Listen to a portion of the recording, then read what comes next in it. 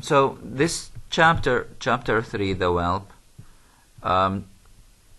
we can guess that it is, let's say, dedicated for Tom, the character of Tom. As you see, we need to pay attention to the title of the chapter. You see that Dickens has given Tom this kind of title or description, which shows that this person is, let's say, a talkative person and a person who looks for his own interest. منو هو الpuppy? من هو الجرو? A juru is the kind of an animal that looks for his own interests, that runs after its owner just to have something, just to eat something. هذا الحال بالنسبة كأنيمال. So he compared a kind of, let's say, a comparison, a simile or a metaphor for the character of Tom, who runs after whoever can give him any kind of interest or benefit. That's why we would see him selling everything, every word, every secret, every conversation with James, just to have, for example, like being close to James, to get a glass of a drink, for example, or a cigar or whatever. So all these earnings that he has, of course, they are not free. He should pay something, and you will see what kind of payments he's gonna make in the chapter.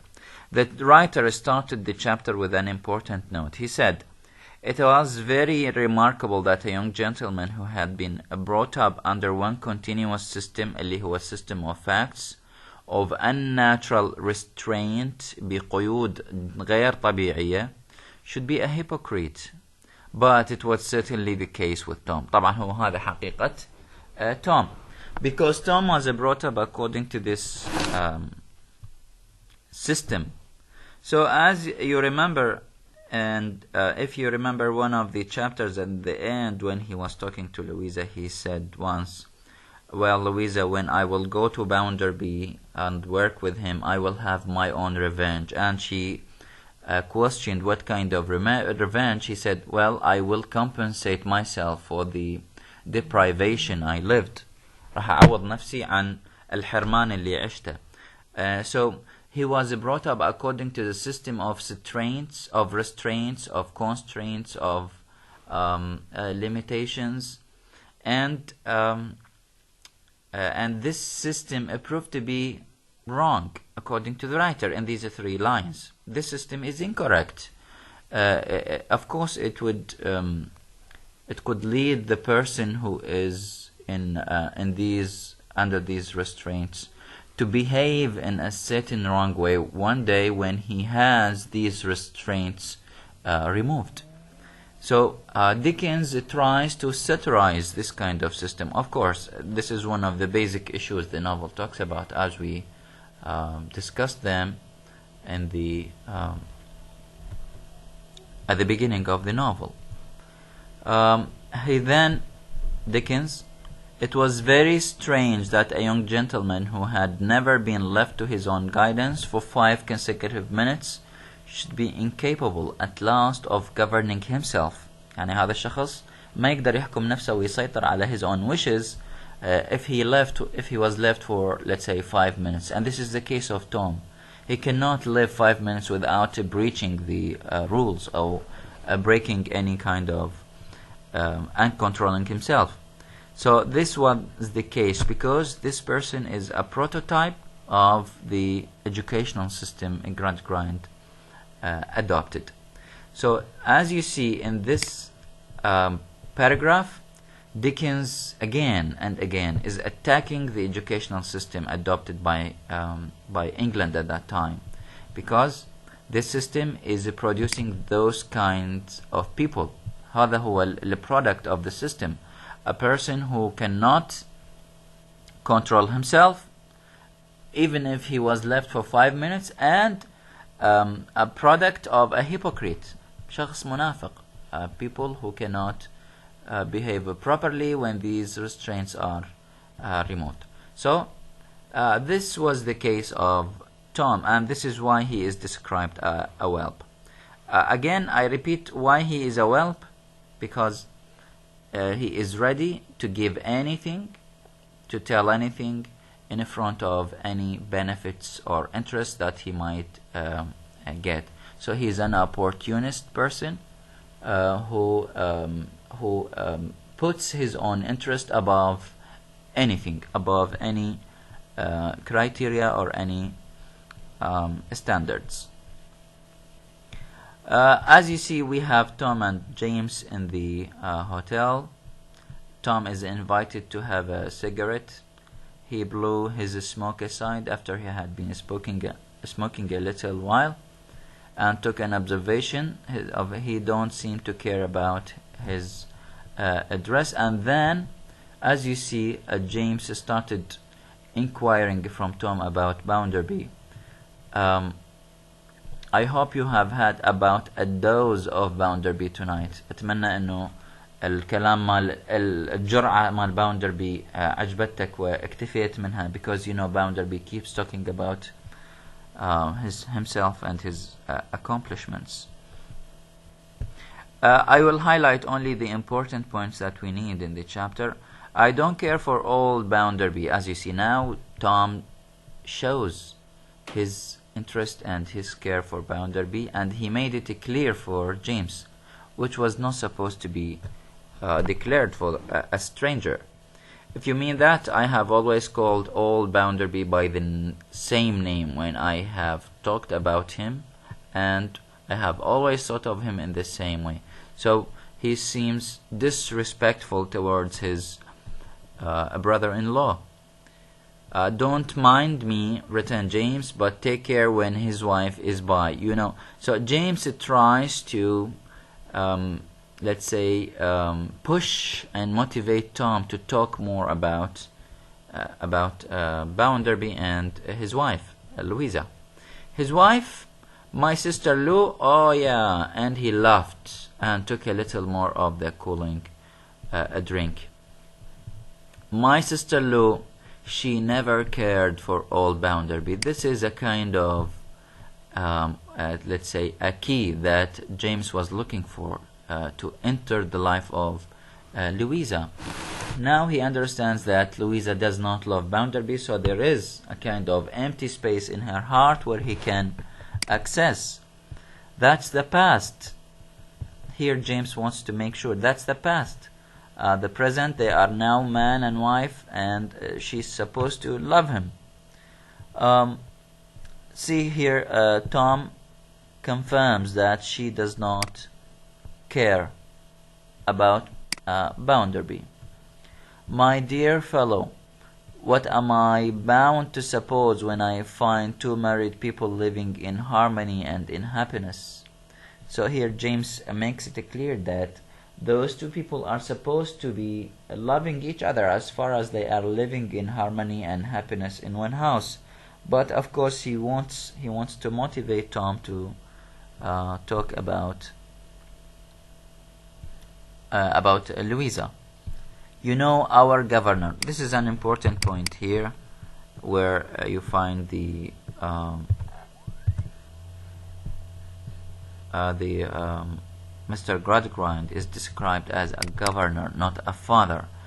An implication that we have that this person is a kind of high authority, which he was not close enough to his children, his kids, and they were just like officials, just like employees living in Gradgrind's life. كأنهم موظفين وليسوا أبناء.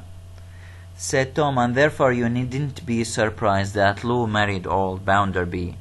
She never had a lover, and the governor proposed old Bounderby, and she took him, very simply. Very dutiful is in your interesting sister, said Hothouse. Yes, but she wouldn't have been as dutiful, and it wouldn't have come off as easily if it had not been for me. Now he gave another key to James that now he can employ Tom in order to reach Louisa, because here he shows that Louisa pays great attention to Tom and she loves him. So he keeps highlighting that I persuaded her, I talked to her about the marriage, and she implemented my own wishes by marrying Bounderby. And then here Tom is talking about his father, the governor. He had her crammed with all sorts of dry bones and so dust. It is his system. هذا السيستم مال الفاتس اللي يحشو في المايند of the person. These bones, something يعني there is no flesh, which means something useless, and so dust النشارة مال الخشب اللي هي trivial and it is useless. So غبار المنشار اللي ممكن يكون material to cram the students' minds with. So these are what keeps the minds of those students full. The writer here highlights that they know nothing, just bones and so dust, and these are trivial and just dirts.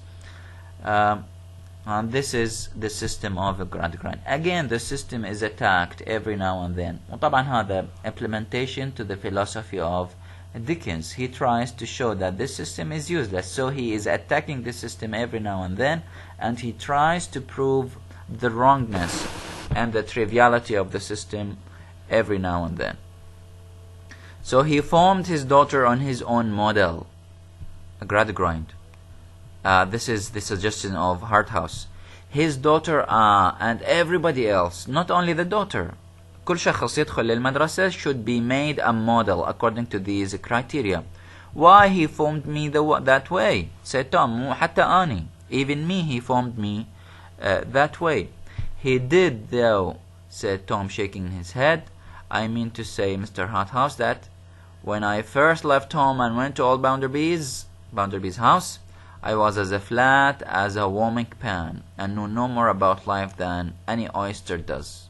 حتى المحارة ممكن تعرف قيمة الحياة ومعناها أكثر من Tom. Come, Tom, I can hardly believe that. A joke is a joke.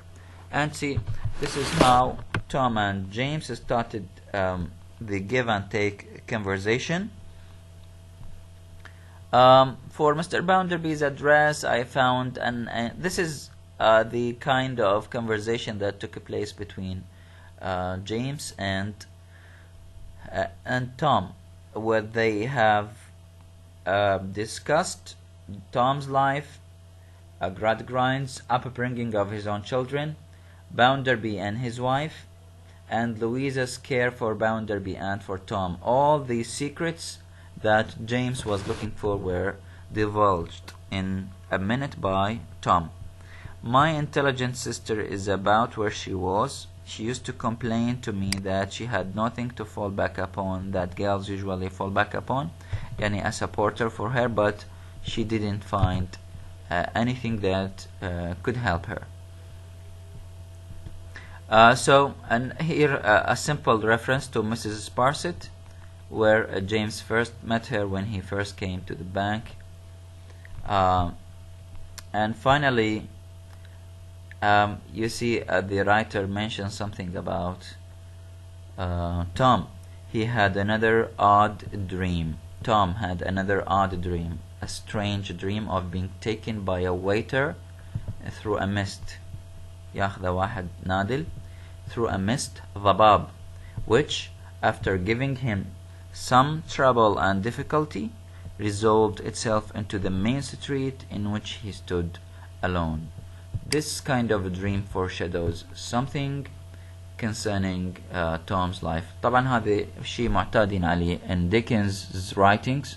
He usually shoots these kinds of dreams or visions which foreshadow something that's going to happen in the future. And then he highlights the whelp went home and went to bed if he had had any sense of what he had done that night, and had been less of a whelp and more of a brother, he might have turned short on the road, might have gone down to the ill-smelling river that was dyed black, might have gone to bed and knit for good and all, and have curtained his head forever with his filthy waters. يعني يأكد الكاتب إنه Tom, if he had been a good brother, he would not have behaved in that way. It's better for him to have visited that ill-smelling river or gone to bed and sleep, better than let's say mumbling and talking about these secrets to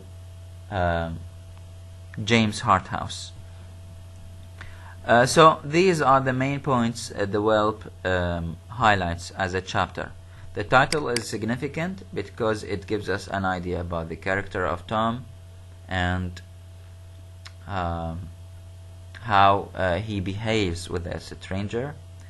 The chapter also highlighted the kind of connection and relationship that is developing between James and Tom. The chapter also gives us an idea about how Tom considers Bounderby, that he is all Bounderby without any titles, without any respect.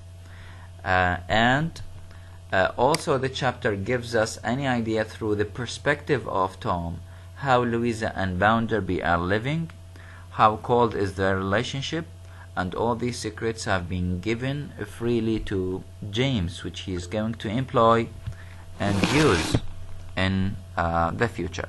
These are the main points that we can discuss in this chapter, the Whelp.